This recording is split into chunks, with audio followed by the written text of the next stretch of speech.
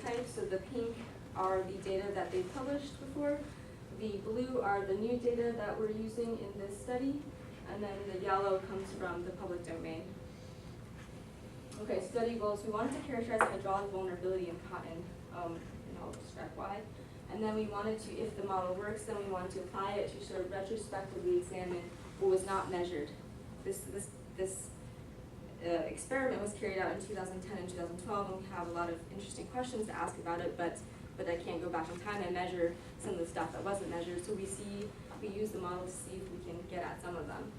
And then we wanted to then, in silico as a numerical experiment, explore some of these potential interactions with genotype-informed hydraulics. So, okay, water status is obviously really important. It underlies growth, especially turgor-driven expansive growth. It underlies quality. It can influence disease and pest occurrence, and of course, it can drive yield under certain conditions. But no crop model currently has a plant hydraulic submodel, even though the plant is obviously a really important part of the stack of the soil plant atmosphere continuum, right? So most crop models have a very nice soil water transport model, but the movement of water in tissues really differs between and influences the movement of water through that whole continuum. So trees has this module. The only thing is it needs to be parameterized for the species. And these are largely lacking in the literature for agricultural species, except for crops like grapevine or olive. And so we set out to measure this relationship. So the vulnerability curve describes the relationship between conductivity and xylem pressure. Okay, so you imagine water is moving as sort of this liquid rope. If you decrease the pressure, that rope tends to break. And so here we've done it in stems for genotypes. So as you go from higher, so less negative to more negative xylem pressures, you tend to lose conductivity. And so the steeper this is, the more conductivity you've lost. This is the PLC, the percent loss of conductivity. And we saw that there was some genotypic variation there. We did the same for roots, and we didn't see so much genotypic variation. The colors are the different genotypes. But trees requires this relationship, so it's a Weibull curve that's parameterized by the B and C parameters. So now that we've got some parameters, we can use them. So using the average parameters in cotton, as well as the parameters that we've gathered from the literature, I started to explore this model and what it means for that experiment that we had done back in the day. And so it just picked up some of the variability in terms of the soil textures. Sorry, I know I'm going over. So we see a lot of variability in the soil at the Maricopa Agricultural Center. So I just plucked out sort of 4 grids, high clay and low clay grids. So this was the experiment that they had done, where in each well-watered and water-limited replication, you have planted out the entire population. So the assumption is, and I don't know if this is the right one or not, but hopefully it is that each grid, which contains, I think, 11 different genotypes, different plots of genotypes, it's sort of a random sample of that population, so that we're trying to model this as cotton and not as genotype specific, because we don't have genotype specific information, all these vulnerability curve parameters and the like. So this was just sort of a proof of concept. So I modeled under high and low clay conditions, under 2 irrigation plus precipitation scenarios, and those were informed by both the precipitation that actually occurred then, plus the irrigation records from the farm. And then we compared as sort of the validation data. All I had to go on was really canopy temperature and soil water content over time, and these were collected over time. So I don't show the results here because we don't have enough time, but they were pretty good, and we did it for well-watered high clay, well-watered low clay, water-limited high clay, and water-limited low clay. And then the idea was, again, to retrospectively examine sort of the unmeasured traits, right? So these are mainly hydraulic-related outputs, since this is a drought experiment. Just showing here the hydraulic safety margin, which is, you can think of it as a safety buffer. So it's the difference between how much the system is transpiring and how much the system can transpire at maximum without losing 100% conductivity. So this is just high and low clay for the water-limited conditions. So you can see, so this is where drought is imposed. You can see that right away there's a difference between the high and the low clay. The low clay can support sort of higher conductivities, or higher transpiration, and then once drought occurs, they both drop, but there's still a difference. And then here they sort of kind of converge, and this, what happened here was there's a massive precipitation event.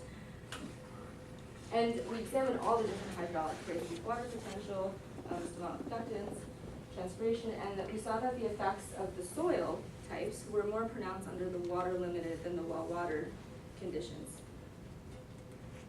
Okay, so next we did a genotype sensitivity analysis. So taking the different vulnerability curves, this time at genotype specific level, we simulated under 3 different irrigation scenarios and using the average soil texture parameters. So here we don't have any differences in soil. And then the question is, how do then, like any sensitivity analysis, how does this variable affect the rest of the simulation? So for this, it's how does the genotype specific vulnerability curve affect the result in whole plant phenotypes? And then how do we then use this whole plant phenotype to select contrasting genotypes to then further explore? So I use the metric relative safety margin because in the literature this has been shown to best explain certain drought stress responses under naturally occurring conditions. And we saw, okay, it's busy, so just don't look too carefully here, but basically, the general pattern is can't really see too much difference. As you increase drought, you can start to see the differences emerge. So essentially, I picked the purple and the red. Okay, so these were just contrasting genotypes that selected based on this whole plant phenotype. I'm trying to rush here a little bit. I think you have time. I do? 1 minute. Yes. Okay, so I was at 45 minutes. Oh. Fine. You're okay. We want to hear what you say. I'm like racing over here. Okay.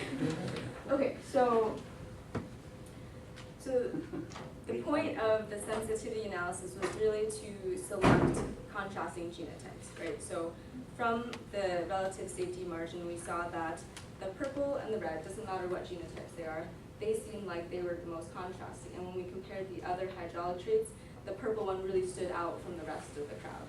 So we chose that one to do some more intensive modeling. So in this case, we did the same simulations with just those 2 genotypes, but this time we added the 2 soil types. So it's really 2 genotypes by 3 irrigation standards by 2 genotypes. And then we tried to look at how the genotypic ranking played out over time. And genotypic ranking is pretty important for both genetics and breeding purposes. This is, again, in the digital world, it's a numerical experiment. And this basically computes just the relative difference. And the trait I looked at here is midday transpiration. So midday transpiration, you can imagine, is like the maximum transpiration over the diurnal course. Okay, so again, quite a busy plot, but this is basically going down is the different drought scenarios. So in these simulations, the 3 scenarios are the same up until this dotted line. That's when the drought begins. And in this case, you have the highest amount of water input over time. This scenario gets half the amount of water at each time than this one, and this guy down here, which is the most drought, gets half the amount that the second panel gets. So what you see here is like, and then, okay, so the dotted line is the high clay simulations of both genotypes. This is the relative difference. And the green is the low clay. So the important things to note is, okay, so the patterns are kind of similar, right? You see a lot of overlap here. But then sometimes you get these points where the green and the orange, which is the high and low clay, they have differences. So if you're above 1, that means one genotype is ranked higher than the other, and if you're below 0, if you're below 0 and you have a negative value, it means the opposite relationship. So I looked for the points where there was this opposite relationship, and that's marked with the diamond. So that's any time, any day where the genotype ranking has flipped because of soil type. And then the yellow marks where anytime there's 2 days in a row where that genotype ranking has flipped and remained flipped. So what that is showing us basically is that, I thought I had something here. So what that's showing us basically is that the genotype ranking is influenced by both sort of spatially varying factors as well as the treatment that you are imposing. So you can think of it as something that you can control and something that you can't control interacting together. And just a quick summary, so we found that cotton was highly vulnerable to hydraulic stress. So what we saw, if you imagine back to that curve between that shows the relationship between conductivity and xylem pressure. We saw sort of an R-shaped curve. So cotton is an R-shaped species. So viable functions can take different forms. A lot of times in these sort of naturally occurring drought-adapted species, what we find is an S-shaped curve. So it's more like this. Right. So if you have xylem pressure, and then you have conductivity, K, we have this curve. But then we saw that cotton did one of these. So that means as you drop in pressure, you quickly lose conductivity, whereas a lot of these drought-adapted species, it kind of hangs on and then reaches some point where it just kind of crashes. So we found that cotton was highly vulnerable. And then using the simulations, we saw that physiological stress really depended on both the soil and this treatment that we imposed, and that genotypic rankings were also influenced by this. So this is really just a proof of concept. So really, what does this mean in the sort of the broader context of what we're trying to do, trying to elucidate this relationship between genotype and phenotype under varying environmental conditions? So I think that this model, this work can show that models can start to tease apart some of this environmental noise, what we would consider, some people would consider environmental noise. We can start to tease apart the processes that underlie this. And I think that's really powerful because then we can just make more sense and probably give more power to the genetic studies that we're carrying out. And so this really supports integrating high throughput phenomics as well as better envirotyping across the space that we're after to try to tease apart and for better understanding of drought responsive plants. So we submitted this a couple weeks ago, and it doesn't seem like it's been desk rejected yet, so I'm hoping that it's gone under review. So what's next with this project? Well, so I had mentioned that cotton is a tree, so I didn't need to do a whole lot of model overhaul for this like I did for the brassica. But I do want to, in going forward, if we're really going to use this for cotton, develop a dedicated growth routine that has all the different stages that cotton has. We want to, of course, parameterize the heck out of diverse genotypes, not just in vulnerability curves, but try to explore how these genotypes differ in photosynthesis traits and growth allocation. And then also collect the physiological traits that here we only simulated. So all those hydraulic traits that I looked at wasn't shown. I want to confirm if that's going on, if it's real, to further validate the model. And this brings me right to future directions. So I did part of this work as a kind of a prelim look at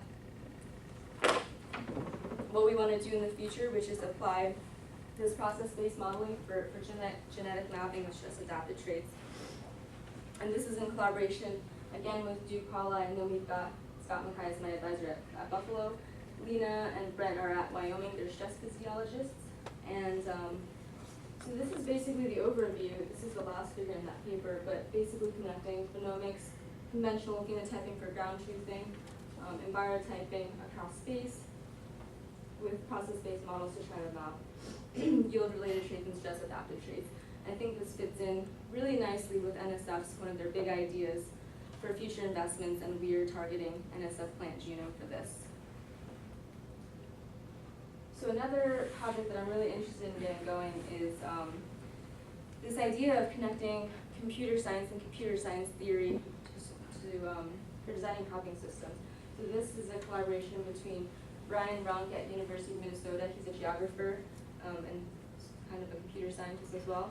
And Bharat Raghavan at University of Southern California. He is a computer scientist. And Mikey Kantar, who is a breeder in Hawaii in tropical cropping systems.